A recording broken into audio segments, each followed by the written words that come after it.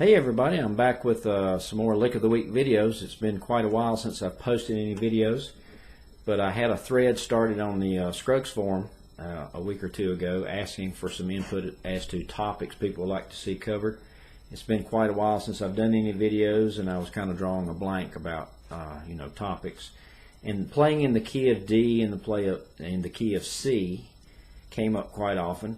Finding melodies, particularly in the key of D and the key of C. So I thought that would be a good topic to cover. Let's start off with talking about how you would go about finding the chords you need and how a melody would lay across the fingerboard in those keys. You have to look at first how you would approach playing in the key of D. You could play in the key of D without a capo, which means playing the chords that are associated in that key. Let's take, for instance, something simple like a song in the key of G that has G, C, and D as your three primary major chords. In the key of D, those same three primary chords would fall in the same sequence, but they would be named differently. You'd have D, G, and A as your three primary building block major chords. So how are you going to play those three chords? And we'll use a simple song that has those three chords in it for an example in a little while. But positionally, which means on the fingerboard with your left hand, how would you play in the key of D? Well, you've got options. One option would be to lay your capo at the 7th fret, if you have one that will capo that high. And you could play in the key of D here just like it's G open. But the downside to that is, one, tone-wise, your banjo is going to be really plinky sounding, and you lose everything behind the capo. So when you capo at 7, you can't use these notes anymore. They're pretty much gone. Another option would be to capo at the 2nd fret, and I'll talk about that in a second.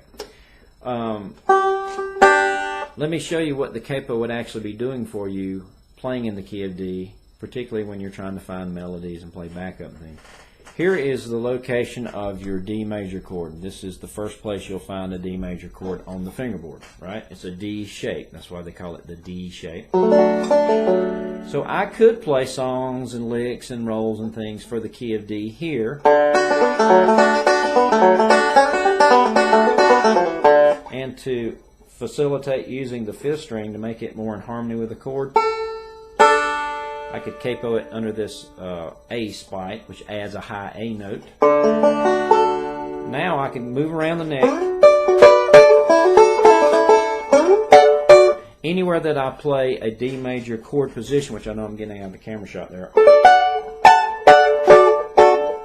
all of those are D chords, right? So playing in the key of D means that the primary chord that you're going to be using all the time is a D, right? It makes a lot of sense.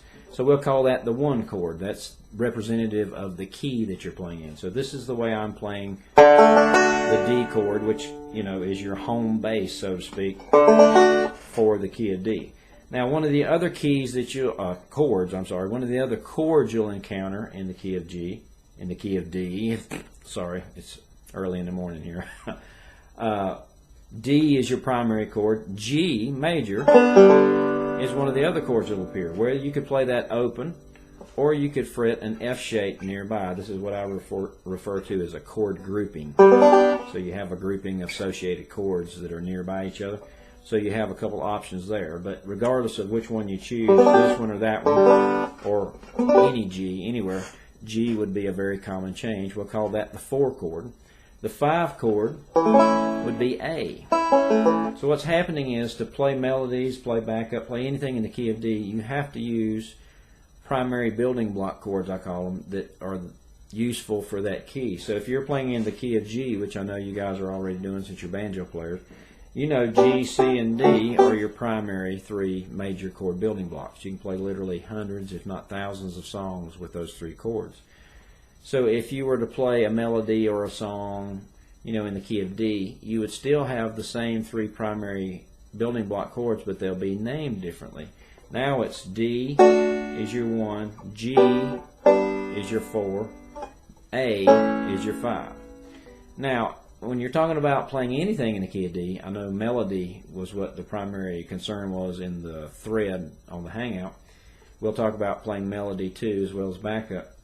But playing in the key of D means that you have to decide positionally on the neck where are you going to play those chords, because you'll need all three of those chords to play a typical 3-chord song in the key of D.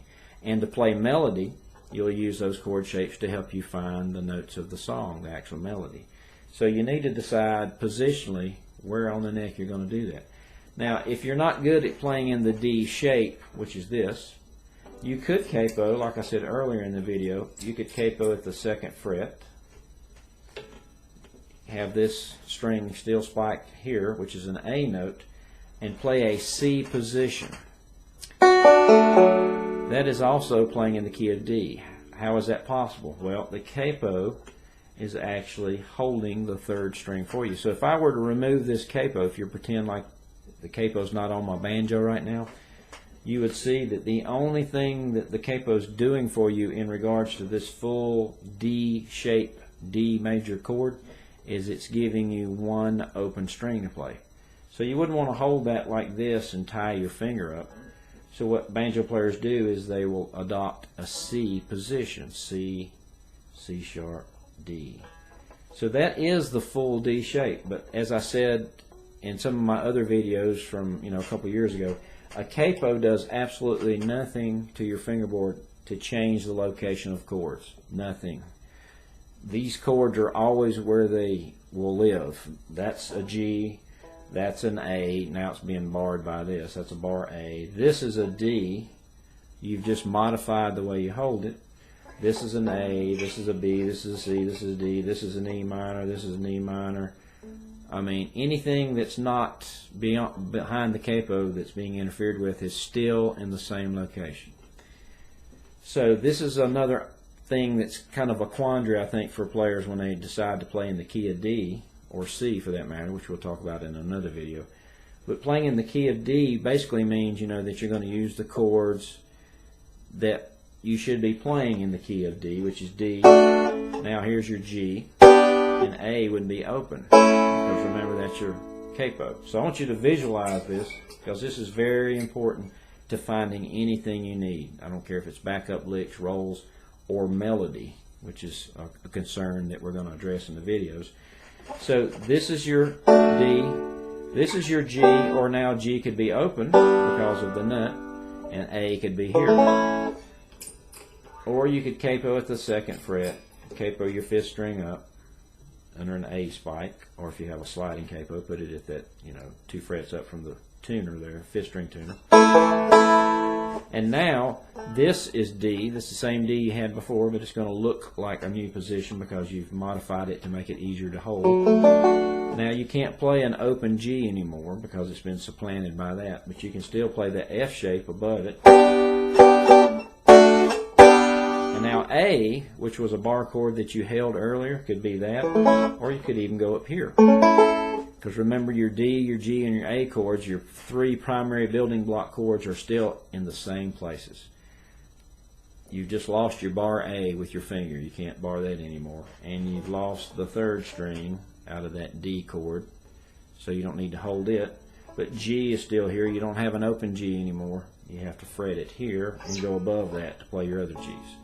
So now we've got the framework for positions. I'm going to ignore this option, capoing at the 7th fret, because other than playing something like Matterhorn, like Eddie Adcock did with the Country Gentleman back in the 60s, I'm not a fan of that sound a lot. It's real plinky. Plus, you lose everything behind there. So we want to take advantage of these lower, tones that we have.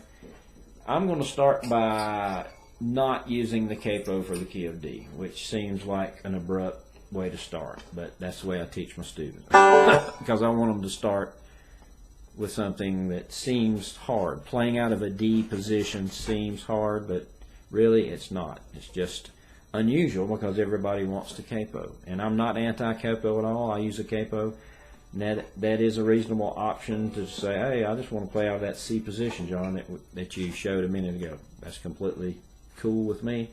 But let's examine the D shape. So I'm capoed still here.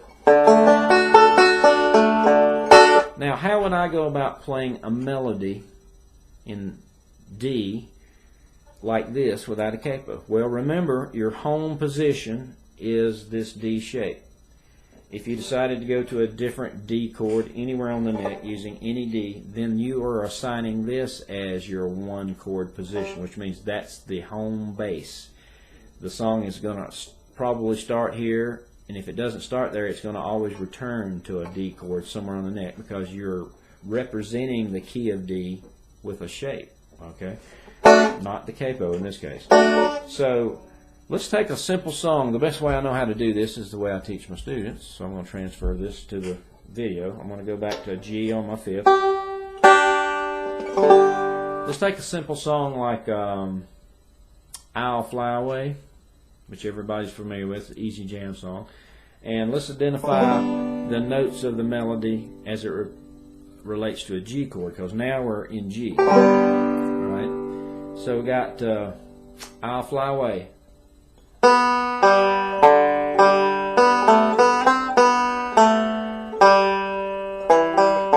Now we know there are chords that back up this melody, but for right now let's just try to find the notes themselves, not worrying about what chord is being played in the background.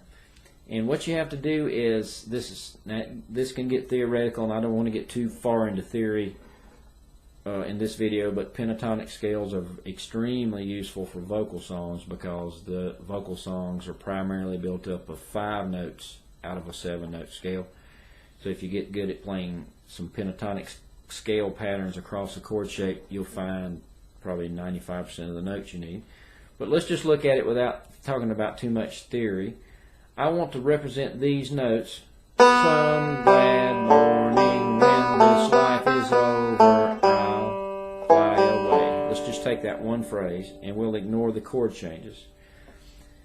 If I want to play this melody in the key of D, what I have to do is decide capo or no capo. Okay, no capo for me. What position am I going to play out of? Because see, all these D's are fair game. I could go here and play the melody. I could play the melody here, here, here. All of these D chords I could play out of, but I want to start with this low position. All right. Now, one advantage of playing in the key of D without a capo is this.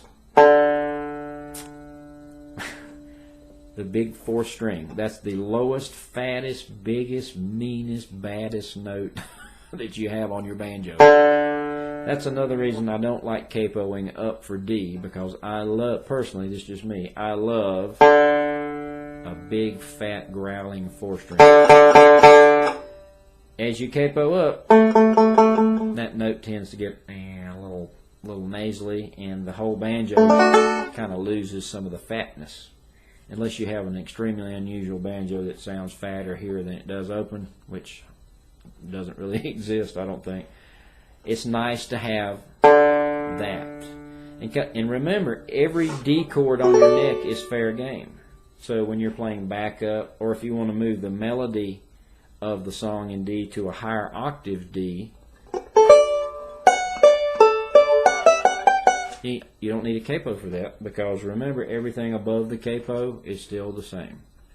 The chord shapes are always there, so if I need a higher register D, I just find a higher D chord. But what I have to do is transpose that melody from the key of G to the key of D. Let's do that right now. Let's just take a phrase at a time, because I don't want to overload you too much in this video. But remember that we have discovered that the melody operates open 2nd, open 3rd, open 4, open 3rd. Some glad morning. Let's just take that line, and I'll identify the notes. You don't need to do this, but you know, this will help you to hear the notes. B, G, D, G. Some glad morning. All right, those are scale notes from the G scale. Now again, I don't want to get too theoretical here. Let's just think positionally. If I were to play out of a D chord and call that the key of D, which is what we're doing, that means I need to find the melody notes for that song in and around this shape, because this is the way it always works in stroke style. The notes of a chord are not just there so you can play rolls and backup stuff. These notes are also viable notes for melody. They could be, and usually are, notes of the melody, and if they're not in the chord shape, they're very nearby. So let me see if I can locate. Now this may be a little bit of what I call the old hunt and peck method. You can use your ear and transpose the melody instead of going some glad morning. Now this might be high. Some glad morning. I'm going to sing the low octave because that's stretching me to hit that. But I'm actually finding the same note, same series of notes. Some glad morning, which I know are in the chord. Look, all these are G chord notes. 2, 3, 4, 3. They basically go right across the open strings of your banjo. So you can pretend like when you play out of this D shape that this is an open tuning. We know it's not open because it's fretted, but your banjo is now being held in an open D chord. You basically retuned your banjo right now to D by holding this D chord. So we should be able to transpose that melody, since they're all on open strings, to the exact same notes here, but they might not be in the same fret locations because, you know, we've moved up the neck. I can find these notes on the first string open, second string open, third string open, second string open. Some glad morning, 1, 2, 3, 2. I have now transposed that one phrase from G, 2, 3, 4, 3, but over this D chord, even though this is mimicking open G, I have to hold this position because this is the way I'm playing the key of D. The melody is going to fall on here, 1, 2, 3, 2. So we have transposed the open thing from G to a closed position, and this is huge because this is basically how you would play in the key of D at this location. Again, I could go up the neck. I could find those notes out of a bar chord.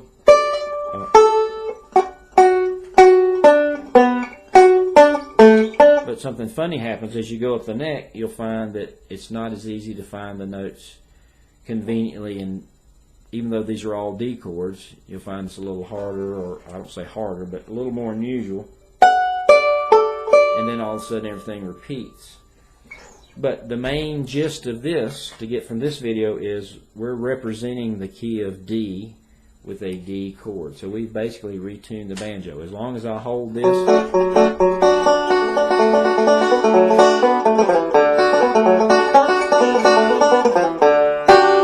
then I am playing in the key of G. And again, if the fifth string sounds offensive to you,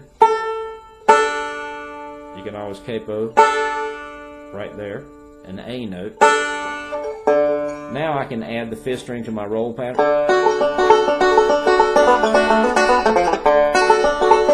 Anything you want to do with the fifth will now be, you know, kind of harmonious with the D chord. But this is our one chord, the one. This is the key that we're in. Now the melody goes to another phrase. We've got this. Let's go back to G. Some glad morning. We know those are all open. When this life is over. Let's take that phrase. When this life is over. And again, it has to be either these notes or notes nearby, because that's how positional playing works in stroke style.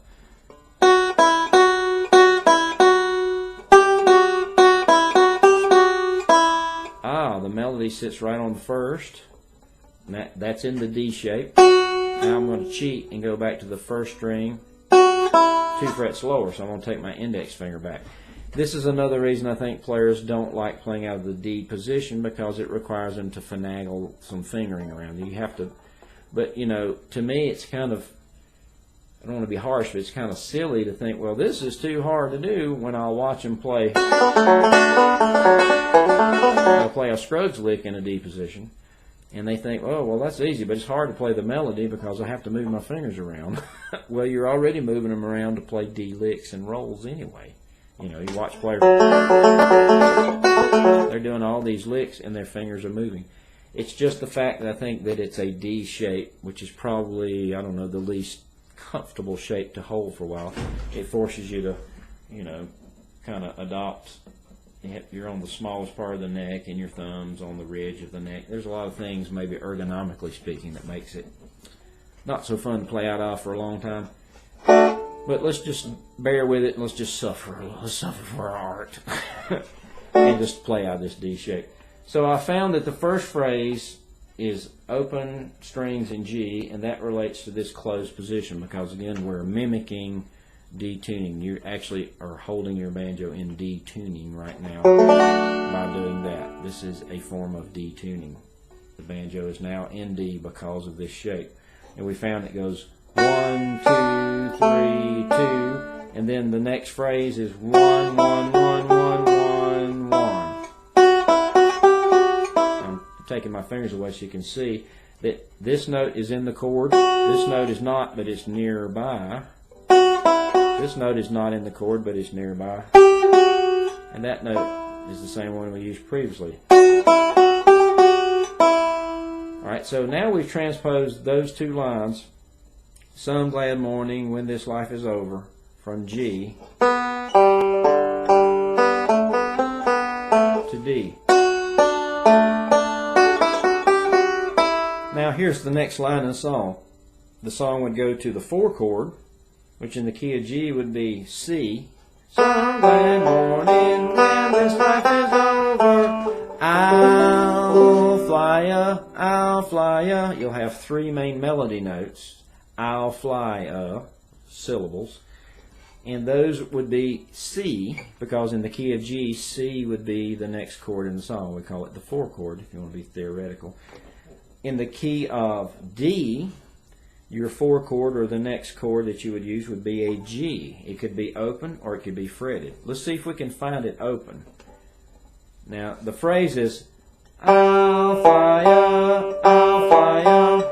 over the C position. I'll fly ya, open 3rd, 4 string at 2, open 3rd. Those are the notes that you would represent as melody over the C chord.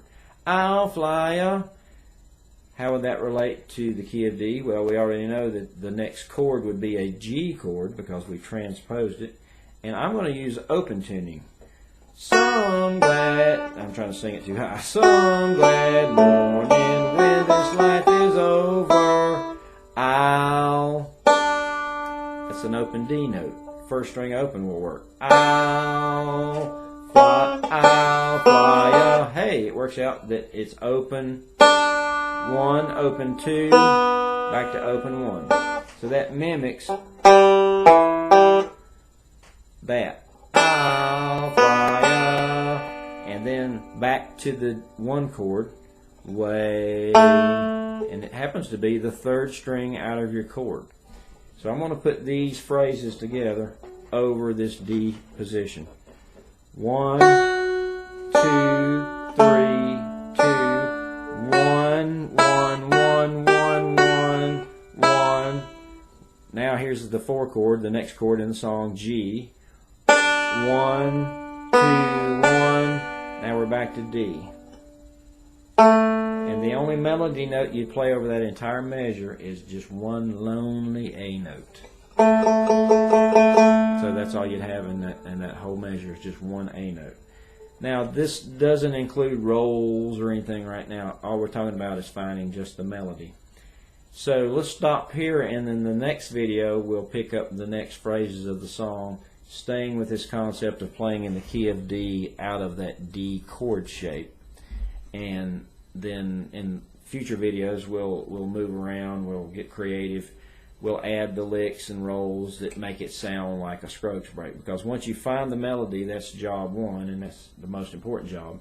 Job 2 would be, as a Scruggs player, is to incorporate those notes into roll patterns. But again, it's going to be positional. It's going to be chord shapes on the neck that relate to each other for the key of D. So I hope this has been educational and fun, and I'll be looking for you in the next video. Thanks.